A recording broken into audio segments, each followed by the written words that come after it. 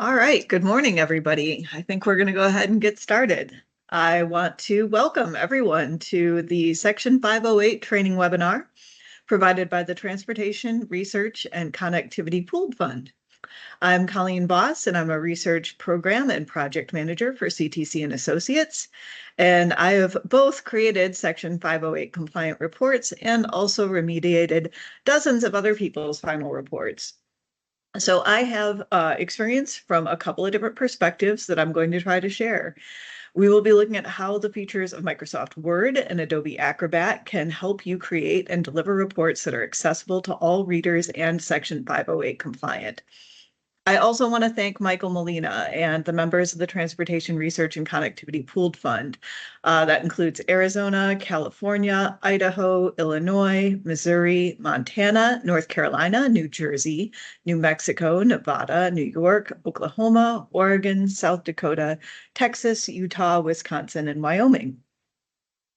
This is part one of a two-part webinar series providing Section 508 training. The recording of this webinar and the PowerPoint will be made available afterwards. So, what is Section 508 and what is accessibility? We're going to review those topics today. We're going to try to make sure that you understand what Section 508 is and what it isn't, and how to think about accessibility, how to define it. We're going to look at Microsoft Word, how to use the accessibility checker, and fixing common accessibility issues in Word, such as headings, tables, images and alternate text, equations, and the ever tricky color contrast. We're also going to be looking at Adobe Acrobat and at PDFs, how to use the Adobe Acrobat checker, and finding the common errors that come up in Adobe Acrobat within the document properties, page content errors, alternate text errors, tables, headings. And then when we're done with that, we're going to look at some resources related to Section 508, both for Word and Adobe. We're going to have time for a question and answer, and then we're going to talk and look ahead about Session 2 and how we can prepare for that. So one thing I want to mention is we're going to give you a quick overview of how to fix some of the most common Adobe errors, and then we're going to introduce you to resources that you can refer to. It would be really hard to memorize some of the picky little steps that you have to remember in order to do remediations in Adobe. So I want to give you a sense of how it works, big picture, and then links to documents that can help walk you through some of the details that you'll need. And again, there'll be time at the end for questions. And then just to look ahead a little bit, I am hoping that for the second webinar, you all are going to go forth and apply everything that you've learned today and come back with additional questions. What hung you up? What do you need to, what issues came up in Adobe, for example, that we didn't have a chance to go over in depth? Webinar 2 is really going to be focused on answering questions that you encounter as you try to apply this information. So let's look at why we check accessibility. And there are a lot of reasons for why we check why we try to create accessible documents. But in a nutshell, I'm going to put it this way. This helps get your research out to the broadest possible audience. Also, we are complying with the law, Section 508 of the Rehabilitation Act of 1973. It's the law to make federal documents accessible, and most states are following suit. It's necessary to have DOT research reports in Section 508 compliant formats in order to submit them to the national databases, such as TRID, which is the Transportation Research Board's International Database of Transportation Research, and ROSA P, which is the federal government's National Library of Transportation Research. I also want to mention ADA because sometimes it comes up in this context. ADA is actually much broader and it requires accommodations in physical spaces and websites and all kinds of things. Section 508 is a narrower thing, and that's what we're looking at today. So what is accessibility? Accessibility is the ability of all persons to independently obtain information and use products, services, and facilities. What Section 508 specifically dictates is that information and communication technology products, such as reports and websites, should always be accessible to those with visual or other impairments. It applies to a broad array of electronic media. documents, software, websites, presentations. But in this case, we're really just going to focus on Word and PDF documents because that is the kind of thing that a researcher or anyone dealing with transportation research is going to run into regularly. Making sure that media is accessible to all users is often focused on people who are completely blind, but I also want to mention color blindness because it's surprisingly common. 8% of men and 0.5% of women are colorblind. So it's really something to keep in mind if you want to make sure that your documents are accessible to the broadest audience. And when you do things right and you use the tools that Word and Adobe offer, it makes it easy for screen reading technologies to assist low vision readers and ensure that your documents are more accessible to all readers, regardless of whether they require a screen reader or not. So you also want to think about, looking to the end. When are you done? Well, the letter of the law and the spirit of the law are all headed in the right direction. You can get things to pass all the checkers and get them submitted to Rosa P in other places. But what I want to get you to think about today is that if the goal is accessibility, I really encourage you to embrace the spirit of the law. Go that extra mile. Make sure that the color contrast is good. Maybe it wouldn't get disregarded by the checkers or rejected by a database, but you want to make sure that people can read your documents. And you want to make sure that your alternate text is really good. There's alternate text that'll get you to pass through the checker, and then there's alternate text that really helps someone understand your document. And if you've never heard of alternate text, don't worry. We're going to talk about alt text a lot today. So how do you know when you're done? Well, number one, when it passes all the checkers, that helps. That's a good thing. And then also apply sort of that common sense check. Visually, does it look good? Does it look clear? And if all else fails and you're trying to figure out whether it's really going to work with a screen reader, I recommend you open up a screen reader and have it read the page to you and see how it sounds. But the ultimate test of whether you're done or not, to be honest, is whether your report is going to be accepted by the DOT or agency that you're preparing it for. Or if your only goal is to get it into Rosa P and TRID, then you're done when it gets into there. So that's a practical thought on when you're actually done. But let's actually look, we're going to dive into Microsoft Word first. But first, I want to say that it's seldom the goal that you want a remediated Word file. It is almost always the goal that what you want is a compliant PDF document. And you get there by having a Section 508 compliant Word file and then converting that into PDF and fixing up any errors that show up there. So you start in Word. We've got to learn all this good stuff about Word and how to create a compliant document. But then in the end, it's really going to be the compliant PDF that you're typically working towards. So first piece of advice, start with a good template. A good template can save you so much trouble. And there's no need for you to create a template from scratch. We recommend the Transportation Research and Connectivity Pooled Funds Section 508 compliant research report template. It's available right there on the Pooled Fund Section 508 LibGuide. There are a lot of resources there, and I'm going to refer back to this over and over again. But as we discuss Section 508 compliance in Word, I just want to mention it one more time up front because we're going to start talking about different features of Word. And this template would really make it a lot easier for you to navigate all of these things. So one of the first tools that you need to understand if you're creating an accessible Word document is the accessibility checker. And it really is a great tool. There's a lot of benefits to it. It streamlines the process of identifying errors that are going to keep your document from being fully accessible. And I'm going to talk about each of these types of errors in greater depth later, but let's define them a little bit up front. You've already heard me say the word alternative text, alt text. This is information that you can provide about images that you include in your document that a screen reader can access to help explain that image to a vision impaired person. The alt text is hidden from the average reader, but it can be critical to those who are using a screen reader. Graphics not in line, graphics that are not in line with the text. This is something we'll talk about in more detail as well, but it basically means you're setting the alignment of any graphical element so that a screen reader knows when and how to read them.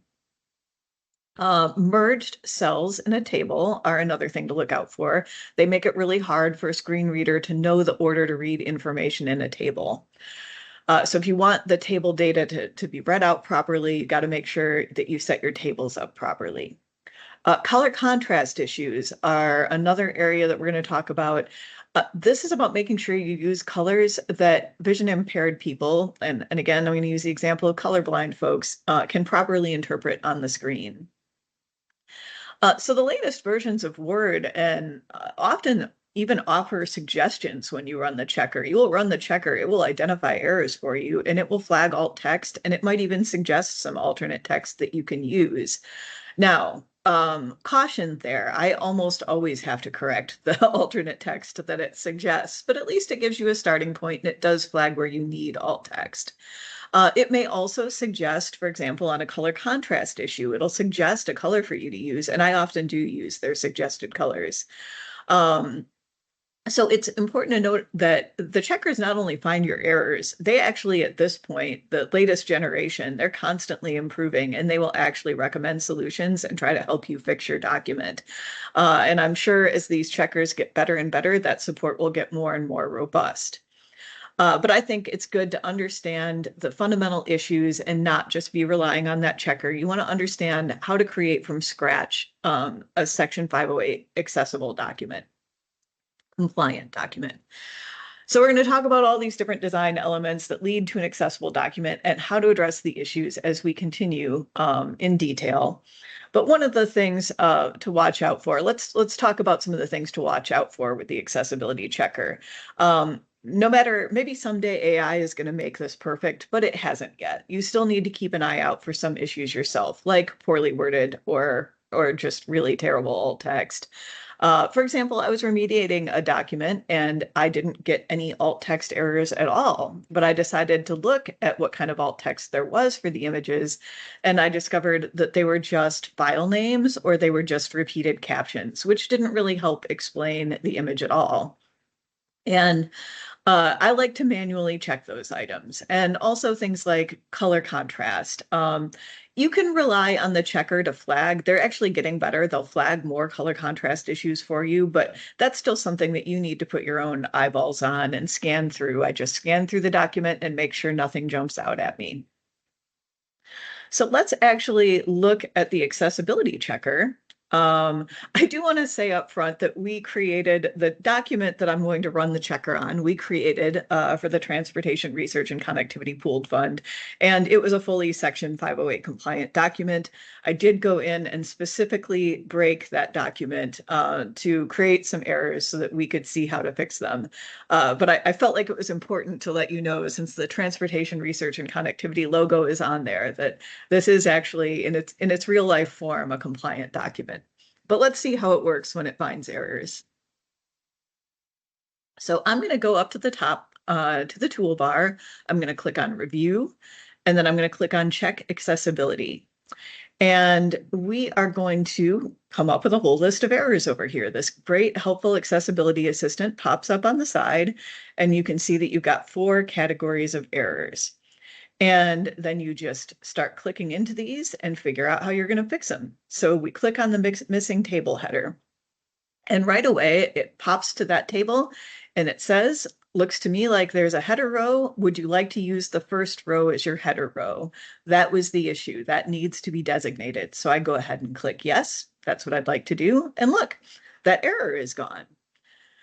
So now we're going to look at the object that's not in line, that has apparently not been placed in line. So it's going to offer to put that object in line for us. And we'll look at other ways to do this later on. But in this case, I just click, yep, go ahead and make it so. And then what you'll find is that often when you take an image and you make it in line, then you've got to fix some of the formatting so that it looks the way you want it to look. But now it's in line. Now that logo and the information about it will get read at the proper time in the proper order when a screen reader goes through that. Now we're going to take a look at the alternate text. That was the next issue. So this logo didn't have any alt text for it. So we'll go ahead and write that. Pretty straightforward, Transportation Research and Connectivity logo. And we approve that. And then we move on to the next one, and that error has been resolved. This is a color contrast issue that the checker did find, and it even suggests colors that we can use in order to remediate that issue. And having just done the job of basically following the guidance that the accessibility assistant gave me, all of a sudden, in just a minute or so, you've resolved all those errors. So you can tell that that's a powerful tool. We're very fortunate that we have this kind of support in terms of creating accessible documents. But what you don't want is to have to remedy a lot of issues after you created a document. What you want to do is to get it right the first time through. And that is why we're going to talk about styles in Microsoft Word. The styles feature provides basically formatting instructions for headings, lists, captions, all the components of a research report. So using this feature is a way to create a consistently formatted document that visually is going to look attractive, but it's also going to be tagged so that it can be easily read by screen readers and other assistive technologies. It's going to help everyone navigate your document. That is the beauty of styles. It looks good on the page, and it also works well with assistive technology. So using these standard features makes it a lot easier for you, the document creator, to organize content and ensure readability and make sure that everything gets read in a logical order. And the screen readers are going to handle that well because they can see the cues that these are headings, these are captions, and they know what order to read things in, and even in some cases, what emphasis to give them. So you don't have to figure all this stuff out from scratch. Going back to the resource I pointed out already earlier, you can use the Transportation Research and Connectivity Pooled Funds Section 508 Compliant Research Report template, which will give you a huge boost in using styles because it's going to give you all the styles you need. And right from the beginning, you can create your document in a way that's going to be Section 508 compliant. And let me tell you, it is so much easier to go back and just fix a few errors at the end than it is to create a 100+ page research report and have to remediate it after the fact. So styles are your friends. And in talking about styles, we're almost getting into the realm of Microsoft Word training, but I just wanted to touch on it a little bit so that you understand why these tools are important. I think often when I first started out writing reports, I was like, oh, why is it critical that I use these styles? Well, you know what? Now that we're looking at Section 508 compliant, it turns out not only is it a nice user-friendly way to format your document, but it's really critical for Section 508 compliance. So let's look at how we use the styles pane. It's a very It's a very flexible tool, and it's very simple. You find it right at the top of your toolbar. You can see it will provide lots of different headings, and all you have to do is click on a heading and then click on and say you want to format it to a level 4 heading, and then just with the push of a button, you can push it back to its original section 1.1 heading. So you can also put your cursor in place, pick a heading and start typing, and it's going to show up in that style. And if it's easier for you, you can open that whole style box to the right of the screen and just pick and choose the styles you want. It is a very flexible tool, and it makes it so easy to toggle between different formats, different heading levels. And again, this is all conveying critical information that your assistive reading technology needs.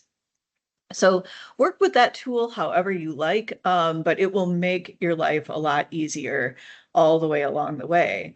For example, if you need to create a table of contents, that can be a tedious job, but if you've been using styles properly, that table of contents is going to come together very easily, and it's going to make it so much easier for, again, both people who have perfect sight and also people who do not to use your document.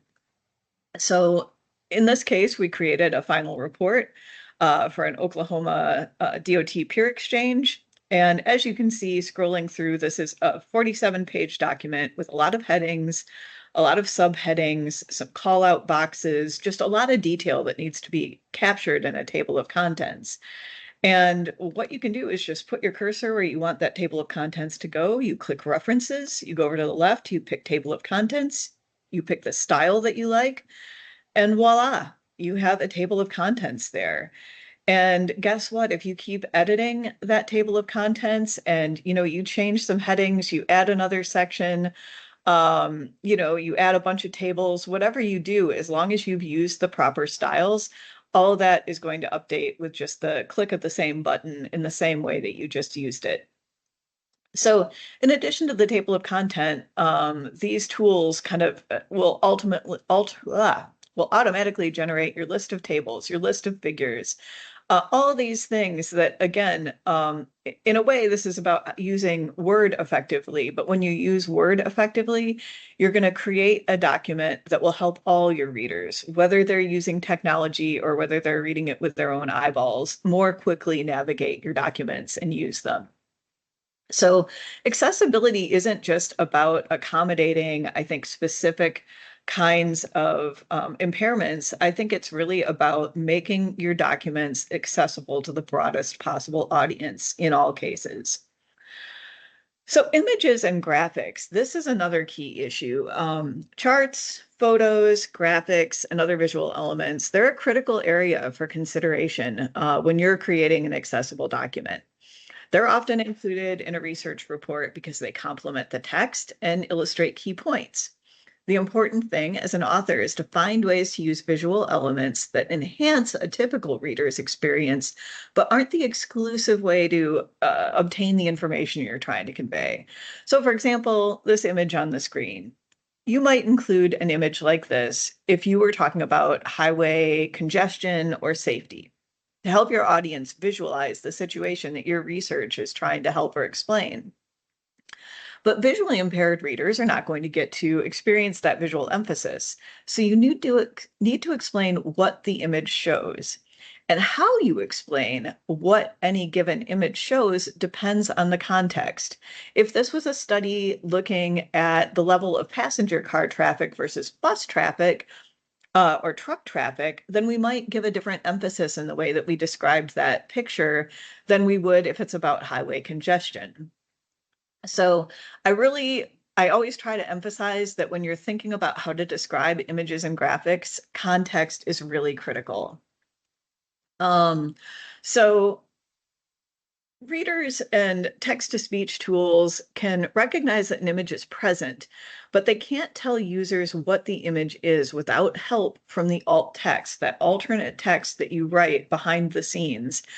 When you include that brief description of what's shown in the image, it means that assistive technology tools can describe the image to users with visual impairments and ensure a more equitable reading experience for all users.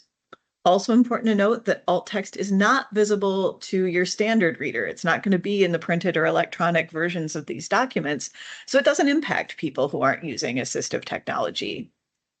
Alt text is just explaining what's going on in an image so that the vision impaired person can understand the point you're trying to make by having that image on the page. When the screen reader reaches the image, it's going to read the caption, it's going to read any titles, and then it's also going to read the alt text. And the goal of the alt text should be to build on the information that's in the caption and in the context of the document and try not to duplicate it.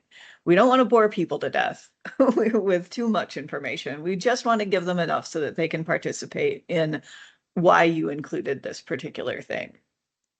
So it's very important to think about the information that's already been provided by context in the narrative surrounding an image.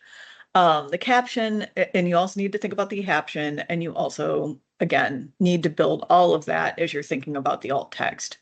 They should work together to convey the critical information, especially information that's only available in the image. For example, we're looking at this image. We see that it has a caption. It says some of the meeting participants.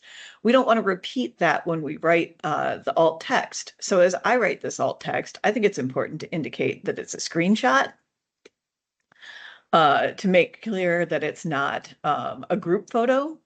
And also, I think it's important to mention that it's a virtual event and that there are 9 people shown.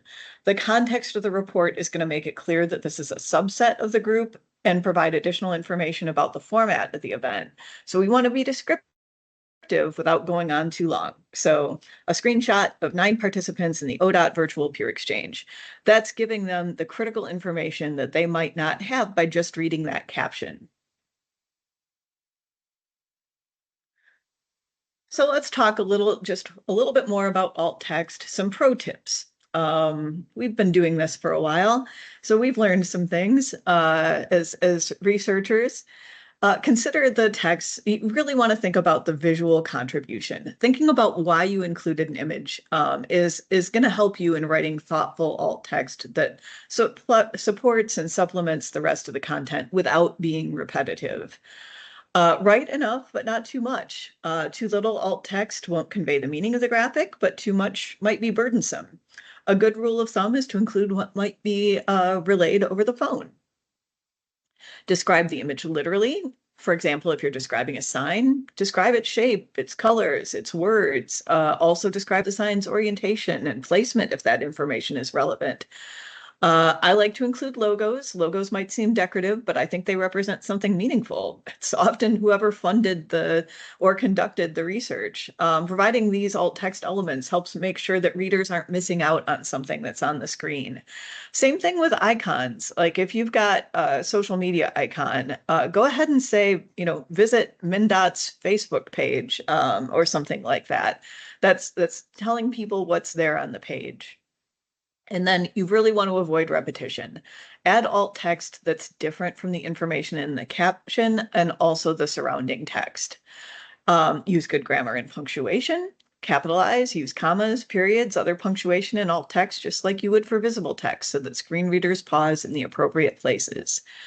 And do your best. Not all screen readers are alike, and guidance that works well for one may not apply as well to the other, but in the end, effective alt text is simply a good faith effort to supply comparable information to all readers. So let's also talk a little bit about how not to write alt text. At the risk of being repetitive, I want to emphasize the importance of not being repetitive and also to remind you that context is really king. You always want to think about the context of what you're describing. If you have a report, for example, that has 23D graphical images of an accident scene and one photograph of it, then it's important to note that the one image is a photo. However, if the report has 200 photos of cracks in cement, which I have seen, then you don't need to say this is a photo of each time. So you really always want to think about the context in which you're writing. We typically include images such as charts or photos or 3D renderings for a purpose, and the alt text should explain what's going on and what the purpose is without duplicating the caption. And here's a good example of what I mean. Here's an example of a word cloud. The heading above explains that this was a question posed to a group of people to describe ODOT's research program. The caption below indicates that the words are from responses to a word association exercise. So the alt text doesn't need to explain that background. It could just describe the content. So bad alt text would be the results of a word association exercise. I mean, that's just repeating the caption. A better alt text would be a colorful word cloud of terms attendees associate with ODOT's research program. Words include collaborative, nimble, solutions-oriented, inspirational, knowledgeable, etc. An even better approach might be to reorder the words from the largest to the smallest and indicate that, because the larger words seem to indicate that they're the most important ones, the ones that came up more often. So that's just some ways to think about what to do and what not to do in terms of alt text. And we're going to continue to think about this as we get into our next topic, which is charts and graphs. Now, I think it's pretty obvious that if, for example, you're colorblind, and I want to say I'm not colorblind, and I think this applies to me too, the image on the right is a lot easier to quickly understand than the image on the left. It's more detailed. I don't have to try to tell the difference between the dark blue and the dark green in the key below. It's just a much clearer, more straightforward way to present this information for anyone that might have some kind of, vision impairment. So it still requires alt text, however, in order to make sure it's accessible to an audience if they're more completely visually impaired. So I would probably say, if I was writing the alt text for this is a pie chart showing the percentage of annual sales by quarter as follows. First quarter equals 34%, second quarter equals 25%, third quarter 21%, fourth quarter 20%. However, I would note that if those same percentages had just been included in the paragraph above, I might not include the percentages in the alt text because it's repetitious. Another example of bad alt text would be this is a chart of sales. That would be vague to the point where it wouldn't be helpful at all. But I also recognize these are pretty simple examples, and I'm guessing if any of you are trying to create research reports, you have something a little bit more complicated that you're trying to provide and to explain. So here's an example I pulled out of a report that I remediated within the last year. It's obviously a more complicated graph, so I wanted to share this example. And here's the alt text that I wrote for this. This is a line graph for specimen 1, with the black line representing the experiment and a red line that represents FEA. The y-axis plots load, 0 to 150 kips, versus the x-axis, which plots displacement, 0 to 0.8 inches. Both lines trend upward in a largely parallel trajectory. The graph notes that experimental peak load, 129.7602 kips, and FEA peak load equals 130.319 kips. So that's just one example. There's other far more complex graphs and scatter plots that I've seen and written alt text for. And just remember, you can't necessarily describe every data point, but if you can indicate what type of chart or graph you're looking at, what the XY axis is, and the bounds of the measurements it's capturing, you're doing a good job. I also try to make sure I detail any words that are included in the graph. And if it's possible, I'll describe the trend it shows if that hasn't already been explained by the text around it. How much detail you need in these descriptions is very often going to depend on how much has already been described in the surrounding paragraphs. If you've already explained the impact of the chart and graph you're using, you don't necessarily need to include that in the alt text. Then you really are just focusing on the XY axis, the bounds, any defined terms, things like that. My goal with the super complicated graphs is to describe them enough that if the detail is actually critical to somebody's job or situation, the reader would know enough to grab a cited colleague or friend to help them get the additional detail. So that's a little bit on charts and graphs. Let's also talk about inline images. We touched on this briefly. Basically, text boxes and images with alt text have to be what's called marked in line with the text. So what does that mean? By default, when you put an image into a document, Word is going to apply text wrapping to it. And it's either going to be in line with text or in front of text, typically. But you can also place images behind text. That's a little weird, but it can be done. Or on top of it, or whatever. But in any case, the only form of text wrapping, and that's what this is called, that works in order to have the information about your image read in the right order by an assistive reading technology is inline. If it's set any other way, the reader is not necessarily going to know what order to include them in. You need to make sure that you set an alignment for your images and text that places them in line so that the assistive technology will know when to read their captions and the alt text within the context of the information around them.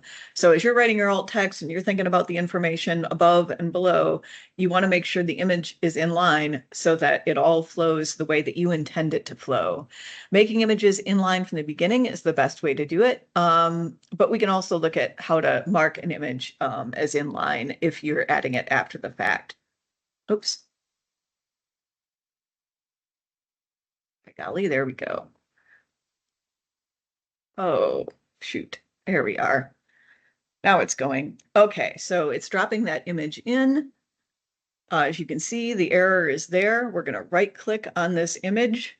We're going to go to wrap text. We're going to say in line with text. And as you see, the error has been remedied over on the right-hand side in that accessibility assistant. So you're all done. It's as easy as right-clicking on that image and picking the right kind of text wrapping. All right, that's images that in line with text. Let's talk about tables.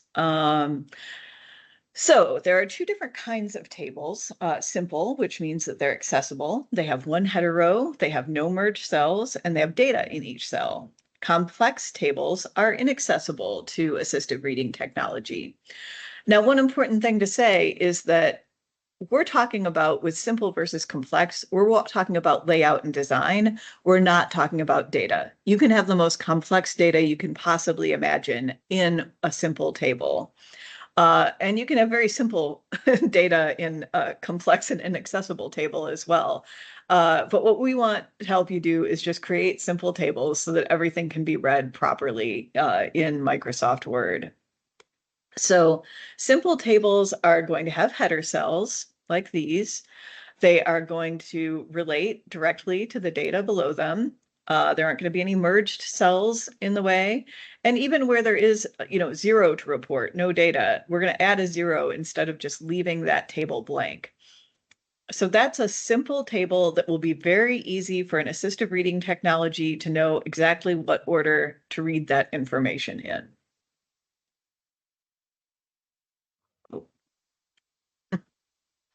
All right. This is an example, same basic concept. We're looking at the same data, but in a more complex table. And stylistically, from a layout perspective, that's appealing. But unfortunately, the merged cells and the double headers and the missing data, these are all going to mess with assistive reading technology. So that's something that you need to go in and fix. And I do want to mention there is an alt text feature for tables, but unfortunately, as far as I understand it, most assistive reading technology typically does not read that alt text that can be assigned to tables. It's a little bit different. So I think it's more important to focus on making your table easily accessible to an assistive reading device than to think about whether or not you need to create alt text for a table. So it's very easy to create a table in Word. If you haven't done it, we'll just go through that quick.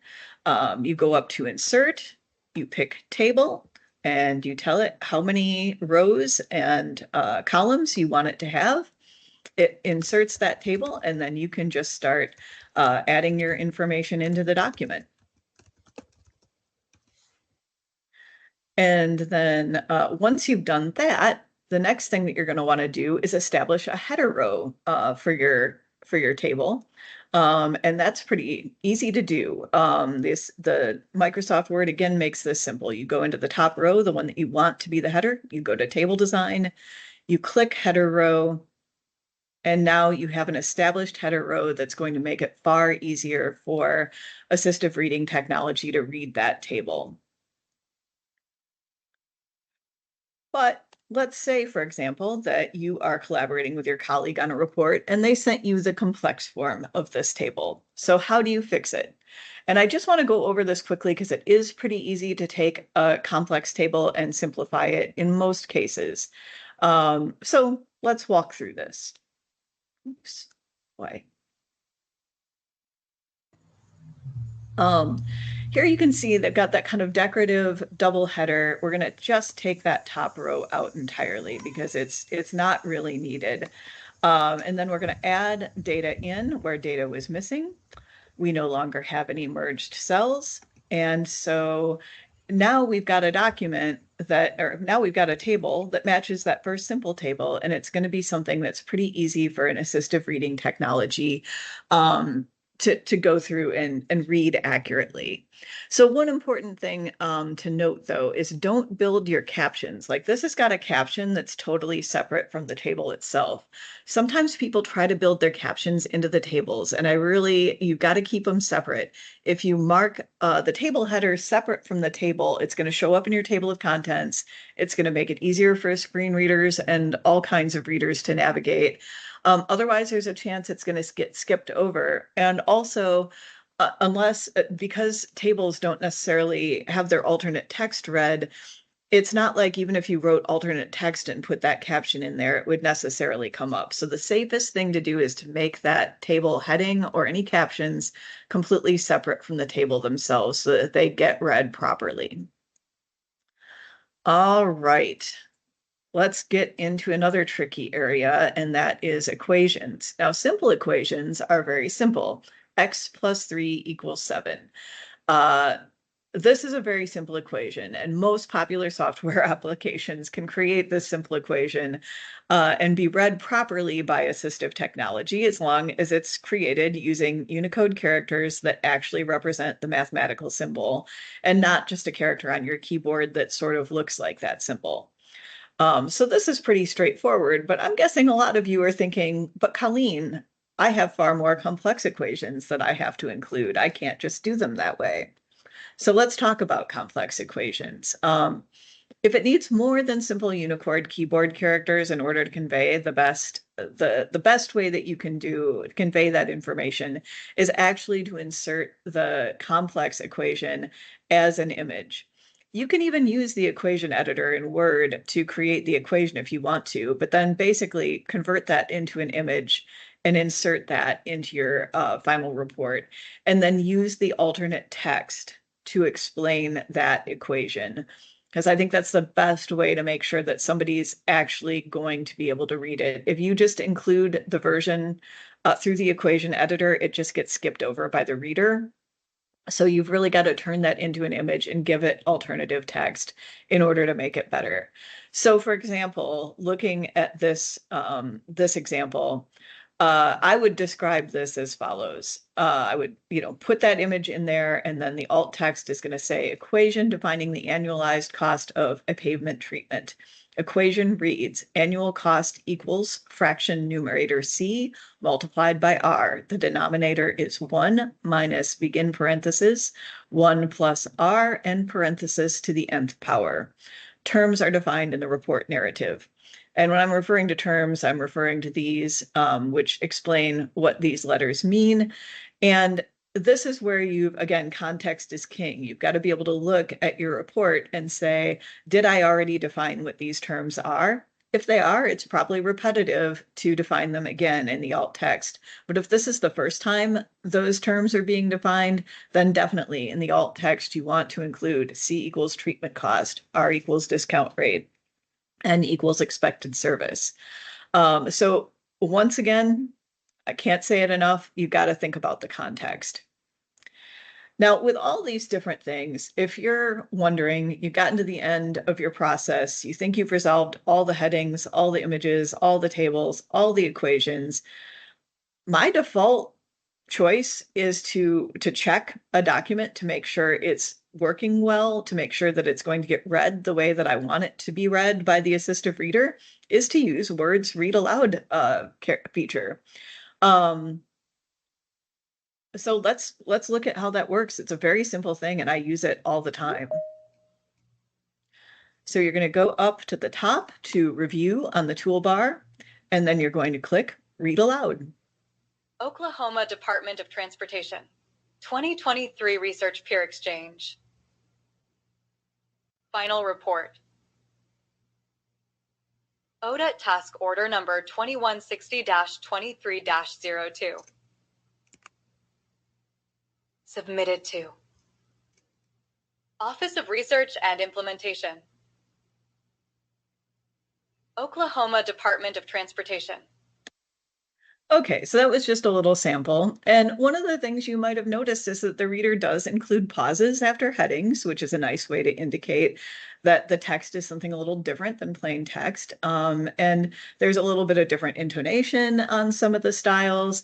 And it's just one of the many ways, one of the many good reasons for using styles, because it really will enhance the experience of your audience if they're using assistive reader technology. So I encourage you to check out this read aloud feature, because I think it's a really nice way to know what your audience is actually getting. Now, the next topic we're going to look at is using color. And this can be a little bit more challenging. It's harder for the checkers in these software programs to help you with all aspects of this. So the one issue again, this is the one issue that read aloud can't help you with, really. Color and visual cues, the size, the shape, location on the page are used in documents to convey information or add aesthetic interest or emphasis, but screen readers and other assistive technologies don't recognize these things. If either of these methods is used in a document to convey meaningful information, descriptive text must be used to make the document accessible. The important points are basically color can't be the only way that communicate information. And if you're using contrasting colors in design, you've got to make sure that they've got significant contrast. So we're going to talk more about contrasting colors in a moment, but let's first look at the way that colors are used sometimes to convey information. So hyperlinks are a classic way that color is sometimes used. So I've given you a couple of examples here of bad hyperlinks and one example of a good one. And an important thing to know, and this is an industry standard approach to hyperlinks, and it's really both for people of all levels of vision. Frankly, it's useful with a hyperlink to know what the destination, the function, and the purpose of it is. We also really want to call it out, and color alone is not enough. If I'm colorblind and I look at the first bad hyperlink, I might not necessarily know that that is a working hyperlink if it's not also underlined. It is the standard for there to be a color and underlining to let people know that you have included a working hyperlink. And you want to provide some information around what's going to happen to people when they click on that hyperlink. If you just say, as in the second example, link here, you have no idea what you're getting into. Whereas in the third example, we're saying, read the article on guidelines for preparing 508 compliant research reports, because when you click into that, that is what you are going to find. So those are a few examples just to think about. With hyperlinks, don't just rely on color. Make sure that you're also using some underlining, and make sure you're also explaining what people are going to get out of the experience of that hyperlink. All right, let's also talk about warnings. Color can't be the only way that you convey a warning. If I am colorblind and I'm looking at the item on the left, that might just come out as gray to me, and I might not know that there's anything important about that at all. But when you add in the word caution and you add all caps, that jumps out at people. So that's just another simple way that you can take a situation where you might have tried to use color to convey information and just add a little bit more, just enhance it so that it's really going to be accessible to everyone in your audience. Now, the other issue I mentioned related to color is using color contrast. One of the things I appreciate more and more as I age and I require reading glasses is that the item on the left, although I can barely read it, is harder to read. It's in a pretty big font, so I can see some of it, but it's certainly a lot easier for me to read the item on the left because the contrast between that light blue and the dark blue is much easier to read, much easier for my eyes to find.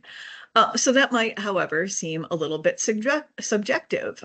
So that is why we're going to talk about some of the tools that exist to help you assess color contrast. So in creating accessible documents, we're looking for very specific color contrast ratios. And I'm not necessarily going to get into the detail of that. It was created by the Web Content Accessibility Guidelines, which were developed by an international group of stakeholders. The federal government relies on them for these thresholds. And there's more details on this in some of the guidance documents that we're going to share at the end. But you don't necessarily have to know what those ratios are because there are tools that are going to help you measure that. And I'm going to show you two of the most common tools that I've found.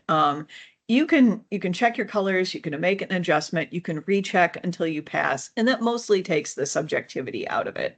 So let's take a look at the color contrast analyzer. This is a downloadable tool. You download it, you pull up this little app, and basically, it's going to look at the foreground color, the background color, and tell you whether the contrast is good. So you use that little dropper, you go over to the foreground color, which in this case is black, or almost black, and you click on that, and it populates the hex number, which is numbers and letters that convey data about about the color, that they can be used in the analysis. And as you can see, we've failed that one in most cases. So we want to take a look at the light blue one. Does that actually pass? And we look over there, we use a little dropper to get our light blue, and sure enough, it passes with flying colors in all categories. So it's a very simple to use thing. You pull that up, you use a little dropper to capture the color that you want, and then it spits out the results. Very straightforward. The other one is very similar to that. The WebAIM Contrast Checker is an online tool. You don't have to download anything. And but similarly, it's basically going to work from the information in those hex numbers to show you whether this is an accessible contrast or not. So you go into Word, you go into that little paint bucket, you capture the hex numbers for that particular color that you're using, and then you go over to the web tool and you enter that hex value into the background. It's already got black in the foreground, and see what that ratio is. And the ratio doesn't quite pass. It would have to be very large text in order for that to pass. So now we're going to go back. We're going to go to the lighter blue color. We're going to go into the little paint bucket. We're going to capture those hex tools again. That hex number, which is a series of letters and numbers that tells the computer what color that actually is. And then we're going to go ahead and swap that one in for the dark blue. We've got the lighter blue now, and look at the results. And sure enough, we pass. We pass in all categories. So that lighter color, that color contrast, this is just a way to take the guesswork out of it. So once you've touched on all these areas, you have used proper styles, you've used images, and you have succinct but descriptive alt text. You're making sure your images and text boxes are in line. You're using simple tables with clear headers. You've got simple equations or complex equations that are described very well. You're using color appropriately. You've checked your color contrast. You've got a clean document. Now you're ready to convert that document from Word into PDF. And now we're going to turn to Adobe Acrobat and talk about how to use that to deliver a clean, accessible document. So let me remind you again, the accessible Word file is seldom the end goal of your project. It's usually the PDF that you're turning into customers or to clients, and that's the end goal. We need a fully Section 508 compliant PDF file. So we want to look at common errors that are found in PDFs and how to fix them using the Adobe tools. So let's first talk about the Adobe Acrobat accessibility checker. It's got many advantages, such as being easy to use and quickly identifying errors in PDF. Occasionally, it even makes them pretty easy to fix. Limitations are that many of your errors in PDF will actually have originated in Word. So it's an iterative process. It's unfortunate to say that even once Word has said that your document is fully accessible, occasionally the PDF checker will find things that are not fully accessible. So you find an error in PDF, you go back to your Word file, you fix it, and you check again. And there are some errors that originate in the Word to PDF conversion process, and we're going to talk about those too. So there are some kinds of errors that show up in PDF that you have to go back to Word to fix, and there are some kinds of errors that show up in PDF that you can fix in the PDF itself. So we're going to try to look at all the major categories of errors and sort of how and where you fix them. But let's start by looking at how the accessibility checker works. And then we'll look at some of those common errors. So in this case, you're going to go over to your toolbar, which will probably be on the left or the right side of your screen. You're going to click on Prepare for Accessibility, check for accessibility, tell it to start checking, and there you go. It's checked, and you can look over on the right-hand side under the accessibility checker, and it's going to tell you what errors you have and what kinds of errors they are. And you're going to work from that box at the side to try to clear out all your errors. So we're going to talk about a number of the different kinds of errors that come up. Common errors are ones that originate in the document properties. They'll be under document. The page content errors. And let me back up a second. The document properties errors can be fixed in Adobe. This is something that you can actually fix in the PDF. So this is usually one of the last sets of errors that I work on, even though I'm mentioning it first. And usually the issue is making sure that your document has a title and setting the language the report is written in.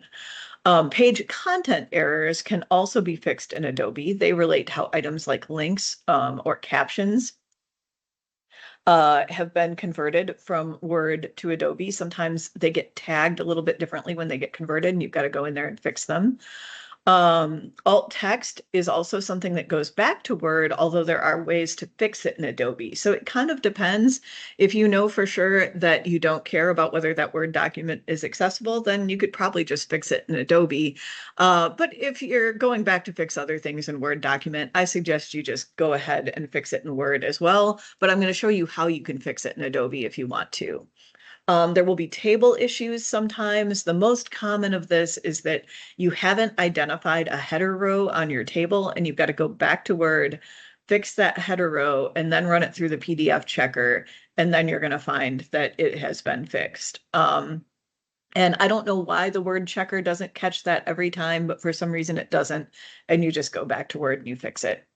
And then finally, headings, there's a conversion error that can take a level 4 heading, for example, and mislabel it as a level 5 heading. Anyway, it confuses the document reader, the assistive technology. So you want to make sure you fix those, and I'll show you how to do those. Those can be fixed in Adobe. So I run the checker, I figure out what my errors are, and first I go back and I fix all the things that have to be fixed in Word first. And then once all those errors are resolved, then I'm going to rerun my document and just focus on the ones that need to be fixed in Adobe. What you don't want to do is fix all your Adobe errors and then go back and fix your Word document, and then you're going to convert it, and then probably you're going to have to fix all those Adobe errors over again. So that's just something to keep in mind. We're just going to talk about how you fix these things, and we can talk a little bit more about strategies for this iterative process when we get into webinar 2. So let's just look at the different types of errors. Document properties. You'll see this up here to the right, and it will say something like title failed. And that means that there's no title in this document, and we need to go in and fix it. Language is another issue that comes up. So with the title, you're just going to go to document properties, bring up that box, and then you go to title and you just give the name of your document. And the important thing to know is you don't have to use the same name as your file name. Your file name might be not necessarily all that descriptive, but you can give a very descriptive name in your title, and that's going to be the name that pops up here at the top. So we went in, we fixed that title. Now we're running the checker again. And as you can see, now it says the title is passed. So again, I want to mention just fix the title and language last because of the way you work through this iterative process. But since it's one of the simpler ones, we're starting there and working our way down. And of course, you may have noticed it in the animation, but you fix language in the same spot. If for some reason it accidentally got set to Japanese, that'll show up as an error and you want to switch it back to English if that's the language that you're writing in. So you just tweak and recheck those errors until they're clear. Now, another issue that comes up in Adobe right there up front is logical reading order and color contrast. Now, those are triggered by default. No matter what you have done with your document, those two things come up. And basically what Adobe is telling you is you've got to manually check these two options. We can't guarantee you that this is correct. So reading order is really quite easy, and I'm going to show you how to look at that. There's some real simple drag and drop tools in Adobe that allow you to fix reading order and see whether reading order is what you want it to be. And then color contrast is really the exact same as Word. You're just going to scan through, and if you see anything that looks like it might not have enough color contrast, then you use those tools that I already showed you for Word. You can use the exact same ones in Adobe. So let's take a look at this. For reading order, you go along to the right-hand side, you got this little squiggly toolbox that you can pull up. And as you can see, it shows you the reading order. And in this case, I really want it to start with the logo and then give me the title. And that's arguable whether that's the right way to do it, but that's what I decided to do. And as you can see, it was just a real easy drag and drop over on the right-hand side to get everything in the order that you want. And then you just scan through the document and see visually, does this look like the right order for my document? And in that case, it mostly was. And honestly, most of the time I don't find crazy errors here, but it's still a good thing to go through and just give a manual check to so that you've got the confidence that you've created an accessible document that's going to be read aloud in the reading order that you want it to be read. So let's talk about page content errors. This is a very common set of errors that come up. And it happens when a document is converted from Word to PDF. And I do not know of a way to fix this in Word, but it's actually very easy to fix in Adobe. So it's a good time to say that there are a ton of different kinds of errors that can crop up in Adobe. And I'm going to share some resources at the end so that you can look up how to fix any of these things for yourself. But I wanted to give you an overview of how to fix some of the common ones, just so that you've seen it, you've got an idea what the toolboxes are, and you're going to have the right tools to understand more detailed guidance and apply that to your own documents. And we'll also drill into more of this in webinar 2. But for now, let's take a look at tagged annotations, because they're very common and very easy to fix. And essentially what's happened here is you've got something like, for example, a link internal to a document. And for some reason, when it was converted into PDF, it didn't get tagged as a link. And Adobe can catch that. It can see that there's something up with that text that's missing. And so you find it, and then you're going to tag it manually. So you're going to go into tagged annotations. You're going to right click on, you're going to click on element 1. You're going to right click, and it's going to say, bring up the content panel. It's going to have highlighted that link, which was also highlighted on your screen over there with the purple box. And it's going to pull up this, this little dialog box, and you're going to say, I'm looking for unmarked links. Find the next one. Then you tell it you want to tag that element.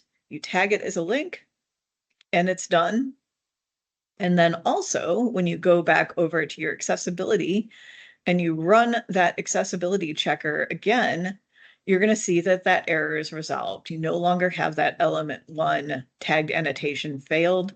You're going to be passed, and you're all done with that one. So that is an incredibly easy thing to fix. But as you could tell, there was a lot of detailed clicking there. And I wanted to give you an overview of the fact that it's possible, that it's easy to do, but it's still going to be the kind of thing where I think you're going to want to look at some of those resources to help walk you through it when you actually get into doing your own fixes. I feel like I'm to the point now where I don't necessarily need to go check that stuff, but you know, it's definitely something that you have to get comfortable with. So let's also look at alternate text in Adobe. As I said, I'd recommend that you go back and fix this in your Word document, especially if you have to go back and fix some other things as well. But there are ways to fix it in Adobe, and they make it very easy. And I also want to mention in this case, I think you guys saw that I had written a caption, or sorry, alt text for the logo on this document earlier. I did go ahead and take that out and break it so that we could look at how to do alt text in this situation. So let's have a look. We're going to see that that was flagged. We're going to click fix. And we're going to go ahead and just type our alternate text in there. Like in this case, Adobe makes it so easy. It pops up the correct dialog box for you. All you have to do is type your alternate text in there, click save and close, and actually that error goes away just instantly, as you can see. So you've passed that one. Now we are on to, let's see. Aha, tables. This is a very common one that comes up. As I said, unfortunately, oops, going past that one again. Unfortunately, you know, headers do sometimes cause issues. Even if you've done your header properly, even if Word didn't flag a header, Adobe may flag this error. This header failed, and you can see it's highlighting this whole table. Now, what that means is that you need to go back into Word, And what's triggering that error is that you didn't set a header row. Now you might be thinking, Colleen, I know that we did set a header row. Well, this is another one of those times when I wanted to demonstrate for you how that error comes up and then remind you what it means to fix a header row. You're just going to go into the top row of your document. You're going to go to table design in Word. You're going to click header row, and now that table has a header row. So you should be all set to now go back, convert that to PDF. And when you run it through PDF, now that you have established that header row, you check your accessibility, and sure enough, there is no issue with the tables. You have passed. So that is a real simple one that you have to go back and fix in Word, but it's a very, very easy fix, and it's a very common error that comes up. So one last major category of errors, and this is related to headings. And I'm going to try not to make this too complicated, but it's a conversion error that happens when things are converted from Word to PDF, where for some reason, occasionally it will take a heading and designate it as the wrong heading level. And then for PDF, headings have to follow kind of an outline format. So if there's a heading 1, you can have a heading 2. If there's a heading 2, you can have a heading 3. If there's a heading 3, you can have a heading 4. But if you have a heading 2 and then you go straight to a heading 4, it confuses the reader. It doesn't understand why you've done that. So sometimes when you've converted to PDF, you're going to get this error that says the heading is not appropriately nested. And I'm going to walk you through how you change that, because it's usually pretty easy to identify and make that change.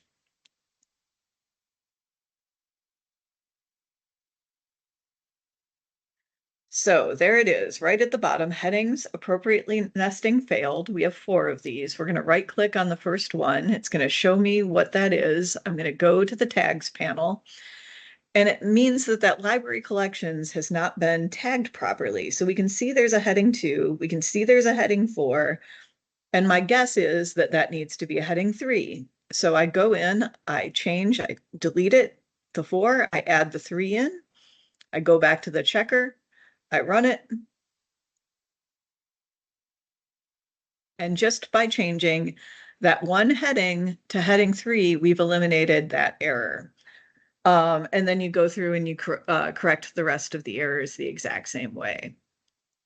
So with that, you have learned how to fix the majority of PDF errors you might encounter. I mean, there are others, infinite variations of errors that you can find in infinite combinations. But this is going to give you the majority of what you need. And then we're going to talk a little bit about resources that can take you the rest of the way. And then also about what we can address in webinar 2 to go even further with all of that. So resources. The Section 508 LibGuide, which was developed by CDC for the Transportation Research and Connectivity Pooled Fund, is a wonderful trove of information. We've got the 508 Compliant Research Report template, which I've mentioned a few times, guidelines for preparing a 508 compliant research report, which will help walk you through how to actually use that report template, and then Section 508 accessibility guidance. And then I'm also including one resource that's not on that website. It was developed by the New York City Department of Education, and it's called Common Adobe Accessibility Errors and How to Fix Them. And that is a tool that I use all the time because, again, there's so many picky little steps involved in fixing some of these errors. And what we want to do is give you an overview of how to do it, but there's still going to be times when you want to refer back to some written guidance that will step you through all those details. So with that, we're getting to the point of questions. I just want to say a couple things before I delve into the questions. We're going to have another session on October 22nd at 11 a.m. Central Time. So try all this guidance out. And then what I want to encourage you to do is email me your questions. If you can send me your questions by October 8th, let's say, let's set that as the deadline, October 8th.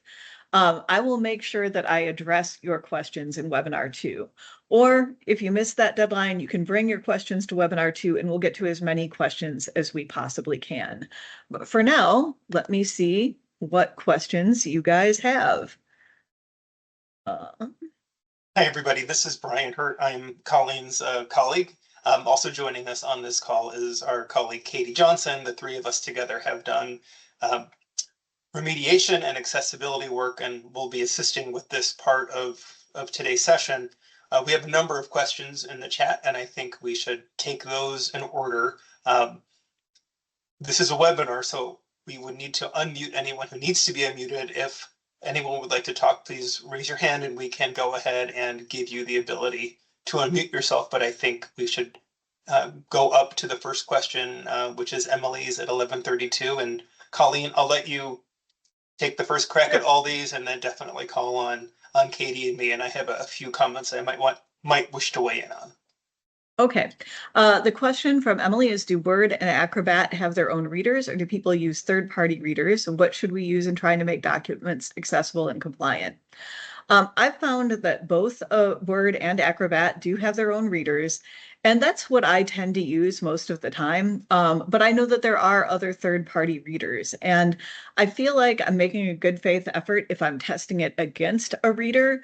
But I also think if you want to be extremely thorough, there's certainly nothing stopping you from getting another, common reader to be able to check it on multiple platforms. But I would say, I think if you're doing your due diligence, if you've used any reader, I think you're really trying to get into the mindset of your audience. Brian, anything you want to add there?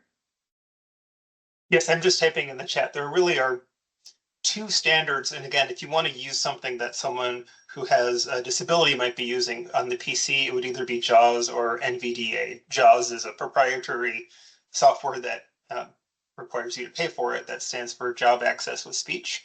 NVDA is open source. So you may not be able to install one or either of these on an organizational computer, but that's non-visual desktop access is the name of that software. And for a PC, of course, it's you have to acquire it, and for an Apple, it's included. So VoiceOver comes installed with anything that you have. So that's what I would direct people to if they really wanted to put themselves in the shoes of someone who was using these tools.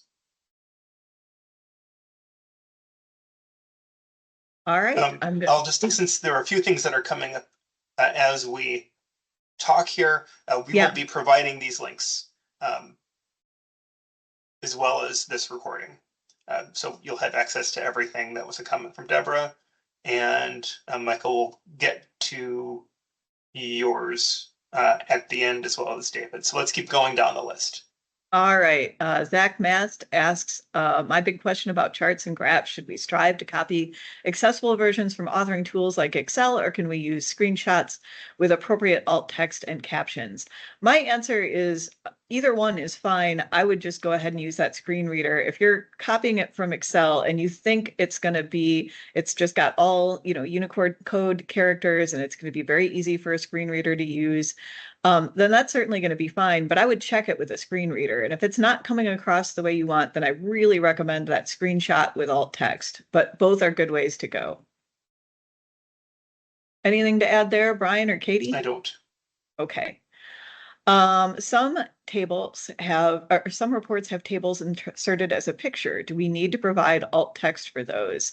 Yeah, anytime you're using a picture, even though it's a picture of a table, you're going to have to provide alt text. And unfortunately, if you're taking a picture of a table, you have got a lot of alt text to provide because you've got to find a way to convey all the data in that table. So what I would recommend is do not insert tables as pictures. You can do it as long as you provide alt text, but I think the alt text then, in order to make it clear, becomes so burdensome. I would really just insert a table and create it that way instead. I would just add that if the table is so data intensive, where it becomes something like a graph, in that case, you might just have to paste. If it's a complex one that can't be remediated, if you're pasting it into your report, it may just become necessary to say, this is the type of information that's in here. And like a graph, you have to contact someone if you want more information, because it's impossible to, in the alt text, include, for example, 200, describe what the 200 text element or table elements are. That's also not reasonable. Right. All right, the next question I have here is from Christine. We have a hand up from Mohammed. Oh. Is this a, Yeah, I'm follow gonna up. allow a microphone. You can now unmute yourself, and if this is a follow-up, please ask your follow-up question. Hi, Colleen. Thank you. This is very informative. So I just wanted to make sure that I understand what you said regarding equations. So are you saying that all equations should be included as figures? Is this the only way to make it compliant with section 508? You can do it that way. You can also include it with the Unicode characters. If you're able to include an equation and it's all Unicode characters that are going to be read properly by the reader, then you don't have to go the image alt text route. But what I would say is, if you're not sure, go ahead and use the reader, in Word or PDF to see how that sounds to you, to see if you could make sense of it that way. And if you can't, then go with the image in the alt text instead. Does that make sense? So I just didn't get the first part. So what's the other option if we're not adding it as a picture? If you're, and I think it becomes hard to do this with really complex equations, but if you've got the kind of equation that can be conveyed properly with the basic, symbols that are available on your keyboard, then you can probably go ahead and include the equation that way. But with so many more complicated equations, often you're not able to do that effectively. And then I would recommend taking the picture and including the alt text instead. So if you're not sure, include it on a single line and really only use parentheses and plus and minus and the very common symbols. If you can write it on a line, likely you don't need equation editor. But as soon as you turn to equation editor, because you have fractions or exponents or sums or integrals, then you are at that point. As soon as you have equation editor open or find that you need it, now you need to insert an image. Yep, Okay. that's a good one. Yep. Okay, thanks. And Enid, you can unmute yourself as well. I just saw you had a hand up. Hi, I just wanted to let you know the Section 508 community regarding equations, they are really staunch on pushing the fact that unless you've got a simple equation, in other words, it only has minus, plus, multiplication, division, equals, that all other equations should be picked up and placed into a report as an image. And then the alt text should read the equation exactly as you would read it. So if an equation has subscript, different products, sums, whatever, those should be read within the alt text. And I don't know if you went over that or not. I knew you were just talking about this, but that's one of the big things that has come out in the Section 508.gov community. Is they've done a lot of talk regarding the equations and symbols. And of course, symbols should always be done with the Unicode character map. I know a lot of people have on their Word, they have different programs that they can insert symbols on, but they're asking them not to, because depending on the type of reader you have, some readers will read those, some will not. And so they ask that you do not use anything other than the Unicode character maps, and that only simple equations are built into the body of the text. All other equations should be inserted as an image. And then when you're putting your alt text in, you write it in just exactly as you would read the equation.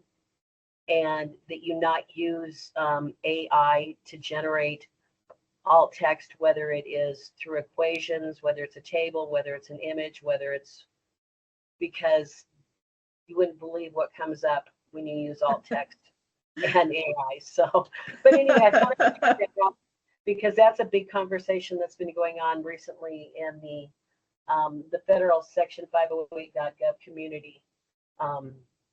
So.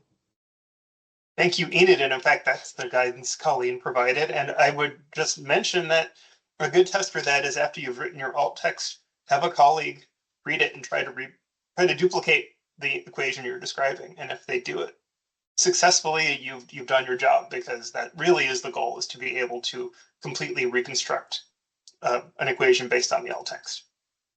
Yeah, I really like the way. Oh, go ahead. I was going to say it's good to have a colleague read it. When we used to do property descriptions, because it would say turn left, go north, you know, whatever, you're always missing a piece of that property. And so it's really good to have someone else read it, because then you can figure out if you're missing a piece of that equation. Great. Yeah, thanks, Enid. I think it's I think it's a tricky area, or it's a complicated area, and I know it plagues a lot of people. So I'm really glad that we got a chance to talk about that in depth. And thank you, Enid. That was very helpful. And exactly mirrored what we're trying to suggest as well.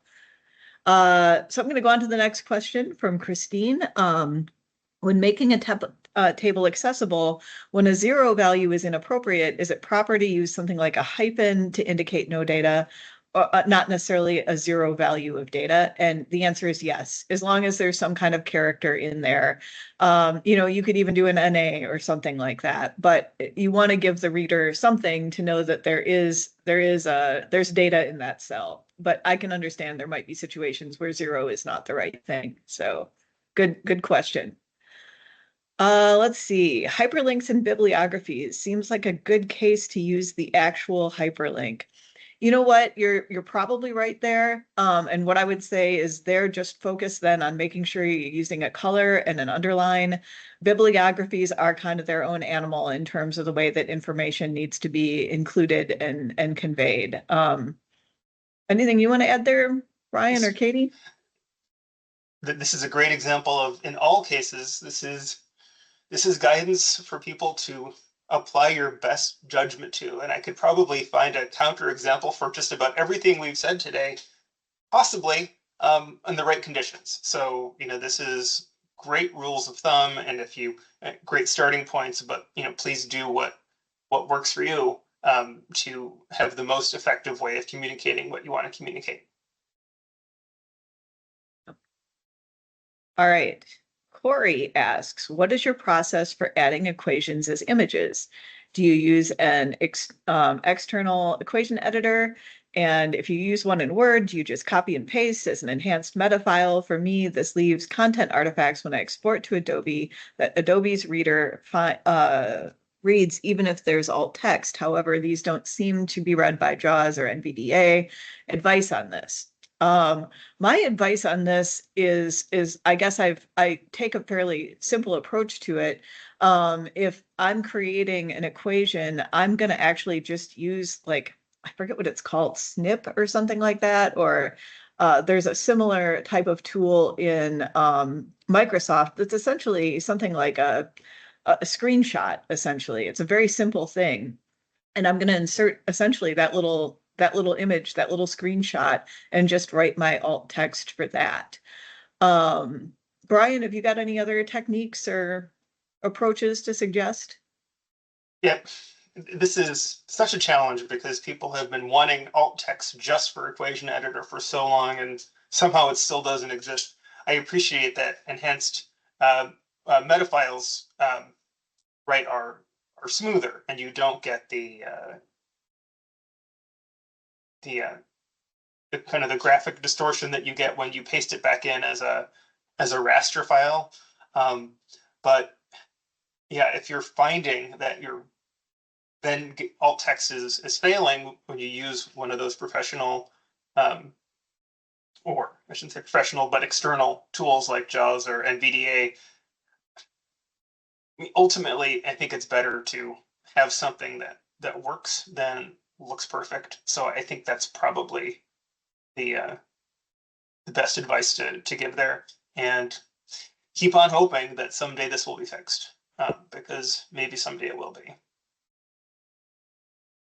I'm going to drop a free tool that we used into the chat that it requires a little bit of knowledge of LaTeX, but maybe some researchers have that, and you can export this to SVG, which is how we recently created image files of the formulas, and then you can add your alt text to that if that's something you want to do.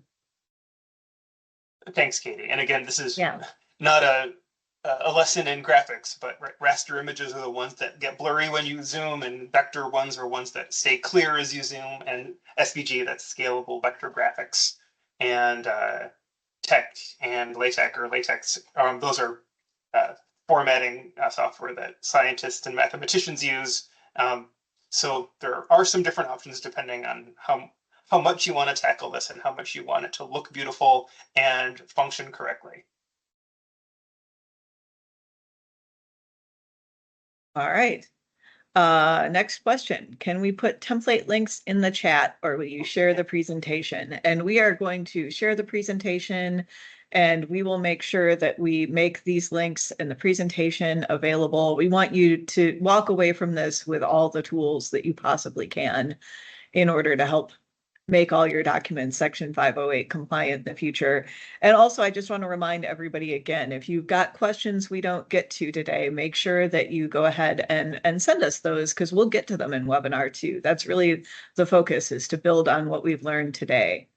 And I see Enid has her hand up again, so I'm going to go ahead and unmute her. Enid? I can't get into the chat, otherwise I would have thrown it in there, sorry. That's okay. When you have a table and you're putting like a dash or a star or something into an empty space, the rule is that you have to put then underneath the table a note that says the dashes equal empty spaces, so that the reader knows that that's what that dash is. Great. Sorry, yeah, for some reason I can't, it won't let me in the chat. It doesn't like me or something. So Sorry about that. I appreciate you chiming in with that guidance. Thank you.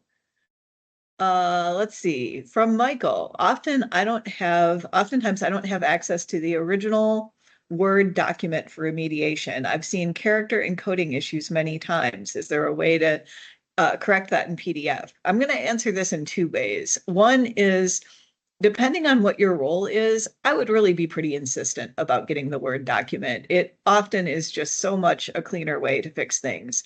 But if you're looking at character encoding issues, I don't know if we're talking about like tagged content or tagged annotations. I'm guessing it's more than that, because we touched on that a little bit today. What I'd really like to encourage you is go ahead and email me with a real world example of something that you're trying to address in PDF. And we'll try to take a look at that and let you know, is there a way to do that in PDF, or do you really just have to, get tough with whoever you're collaborating with and make sure that they cough up that Word file too? Anything to add there, Brian and Katie? I don't.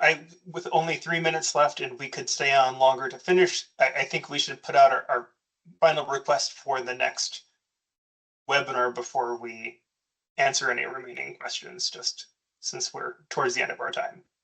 Sounds good. So that is, again, if you have specific examples to share, please do send those to Colleen. If you have specific questions or things you'd like to ask after you've had a chance to apply this, please send that along. The other thing I'll say is, if there's any kind of advanced or different types of things you'd like us to try to address, I believe we could give it a shot. And one thing one person asked me was about PowerPoints, and those are things that we have remediated, and we could spend a little time on that, for example, if that's of interest. So please do share that now or later if there's a specific topic you'd like us to touch on in our in session number 2. And with that, I'll let you get back to I think the next question is David's. Yeah, David, are the 508 compliant report template and guidelines for preparing from the pooled fund study fully customizable by state DOTs or others based on agency requirements and branding? Brian, I'm going to toss that one to you because I Yeah, think you're a little bit more involved with that aspect. It's a Word file that belongs to no one. So, I mean, it's been put out there as essentially open source to do with it as you wish. So change it, customize it however you wish. All right. Moving on. Ron asks, should an array of Excel cells be copied and pasted into Word, or should a table be created instead? My suggestion would be to create a table because it's pretty easy to do. Go ahead and use the insert table feature in Word, and then you can cut and paste data from Excel, so you don't necessarily have to, come up with all of that yourself. But I would create the table itself within Word. I think you're just going to find it helps avoid, weird coding issues or conversion errors and things like that down the road. And I'll say, Ron, that it does work. If you want to, it can. So if you give it a try and things go well, that's great. And if they don't, then I would suggest what Colleen said. Yeah, when all else fails, give it a try. If it doesn't work, you can always back up and do it the harder way. What is the order that a screen reader reads the table? Left to right, top to bottom? Yes, that is correct. That is how it works. Next question. Should a line diagram be created using different colors, or should each line be used with symbols for colorblind folks? You can use different colors, but that shouldn't be the only way that you're conveying that information. So yeah, if maybe you can use some symbols, or if there's a way to use your key to make it clear what relates to what, or some internal notation, it's really just that color can't be the only way that you're designating what each line intends. And now that we're in bonus time, there are tools that will let you see what your graphics look like to someone who's colorblind. It's very revealing of just how your best intentions may be, brought down by design choices. So again, can't stress that enough. That 8% was news to me, Colleen. So thanks for sharing that. Yeah. All right, next question. Any experience with creating 508 compliant reports in Google Docs? And I have to confess, I have not done this, but I happen to know that Brian is more experienced with Google Docs than I am. So have a lot. I'll pick on David. I have a lot of experience remediating Google presentations, and they are very challenging. I think this is an area that we haven't gotten into that we probably will need to, but I am not prepared to say much more right now. All right. And with that, I think we've gotten through all the questions, although let's see, we've got one more person here. Lamara says, I would appreciate a summary email with today's presentation link, as well as info on the next session and options to email you, and the deadline for the email and things like that. And that seems very appropriate. We will follow up with that information. Oh, and somebody's snuck in one more question. Exporting to PDF, Adobe tool or Word native tool? Adobe tool yields encoding errors for many math glyphs that Word tool does not. List tags are right with Word tool. So yeah, I mean, I think there may be pros and cons to using either one. I've used both though. I've never really picked one or the other. It kind of depends on where I'm at and what I'm doing.